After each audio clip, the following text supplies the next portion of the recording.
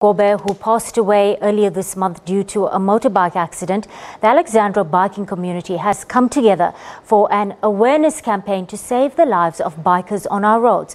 Now, motorbike users often become victims of reckless driving on the roads. For more on the story, we are now joined in studio by the presidents of the Rambo Bikers Club, that's Thato, Maugari and Eugene, Makhene. Good afternoon, gentlemen, and thank you both for coming to studio. We do appreciate your time on the SABC News Desk. Thanks for having us. All right, firstly, I would like to say condolences on the passing of your colleague. Eugene, let's start with you. Can you tell us how the biking community digested news of Cedric's death at the time? Because we saw that Twitter was abuzz with the sad news when that story broke. Okay, thanks very much for the opportunity. Well, it happened, it was an accident that has happened, that our member, he is a legend, Ponani Cedric, died on a motorbike accident. He actually hit a cow. And he hit a cow? A cow, yes. Okay. Yeah. And on that part, it happened last week on Saturday, around 4, at Hazy View. He was riding towards Pulukwani. Yes. Thato, Eugene has called Cedric a legend. Yeah. Can you give us a little bit of information on his background? All right. So Pony is one of the oldest bikers around the fraternity. Most of the older bikers have either retired, no longer riding, or ride less often. But Pony kept on riding. He was a gym fanatic on top of being a biker, and he was known for his famous prayer, his Shangan prayer. But I guess most of us have seen it on Twitter. Yeah, one of the most powerful prayers for bikers. Yeah, and it's a huge loss for us as Bikerville.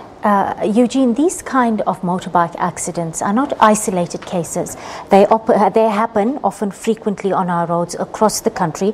Now, you have an awareness campaign going in Alexandra. Can you tell us more about this campaign and how much of traction is it gaining with community members at this point? Okay. We have just picked up that most guys that are interested in biking, they tend to buy bikes where they can't even handle them. Okay. So there's a campaign that is coming through Rambo. Rambo, it's a council where all the black and white bikers falls into. So the campaign, it's going to be on the 9th of if I'm not wrong, May. Okay, which we're taking all the road captains to a track in it's called Red Star. Okay, where they're gonna be trained how to handle a bike and how to avoid certain accidents. Yes. Eugene is telling us that would-be bikers would often purchase equipment or the bike, the vehicle, without the know-how to actually operate that.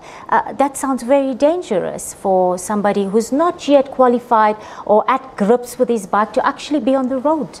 Thato. Yeah, indeed, that's true. And you find mostly one buys a most expensive bike, and in terms of the equipment, the gear, your helmet, your gloves, you either just buy a helmet and gloves and you forget your jacket, your boots, your riding pants.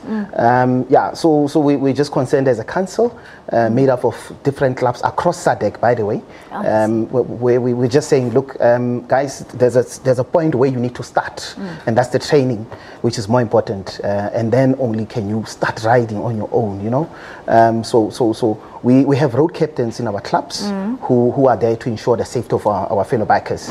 And yeah, we encourage all bikers or all potential bikers to first start with the training, have the right equipment, then start looking at a bike to buy. But very important is the training part of.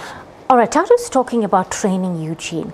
In your mind, with a wealth of biking experience behind you, how long should a first-time or novice biker be in training for before he's let out on the road to operate his bike by himself? Well, it's a very tricky question. First of all, if you want to be a biker, there's an entry level. Okay, you get a small bike. You know those small scooter bikes? Yes. That's the one that you first start with, and then upgrade to 400, 600, and then you can get to your fast bike, which is the 1000cc or the Boulevard, those cruisers. But I would encourage a lot of people that wants to be involved in biking, that they seek for information first. But as we have seen, we have lost a lot of friends, a lot of guys, a lot of women into biking. Certainly seeing that people tend to buy expensive bike, like my colleague just mentioned, that he can't even handle that bike. Yeah, so we are taking about 22 road captains, which they are going to get that training, which is sponsored by Superbike magazine, and we're appealing to ask anyone that will be interested to come and sponsor as well. Let us take this, and it's going to be an ongoing Thato, when it comes to biking or super biking, it's a sport that's become overly glamorized, and American movies have helped this. It's become so much a part of this glamorized culture, if you want to say that, with people often overlooking basic safety measures that they should be taking. True, correct, yeah. Look, it's a lifestyle now. Guys, once you've bought all that you need, in your life, you buy a car, you buy a house, and the next best thing to buy is either a supercar or a motorcycle. As a hobby. Yes, as a hobby. Right. And yeah, a lot of people have now decided to start buying bikes. But the safety element is been forgotten, Yeah, and that's why our road captains have decided, no, let's take charge, and let's have this, full day, 1 day training, where it will just be, about safety.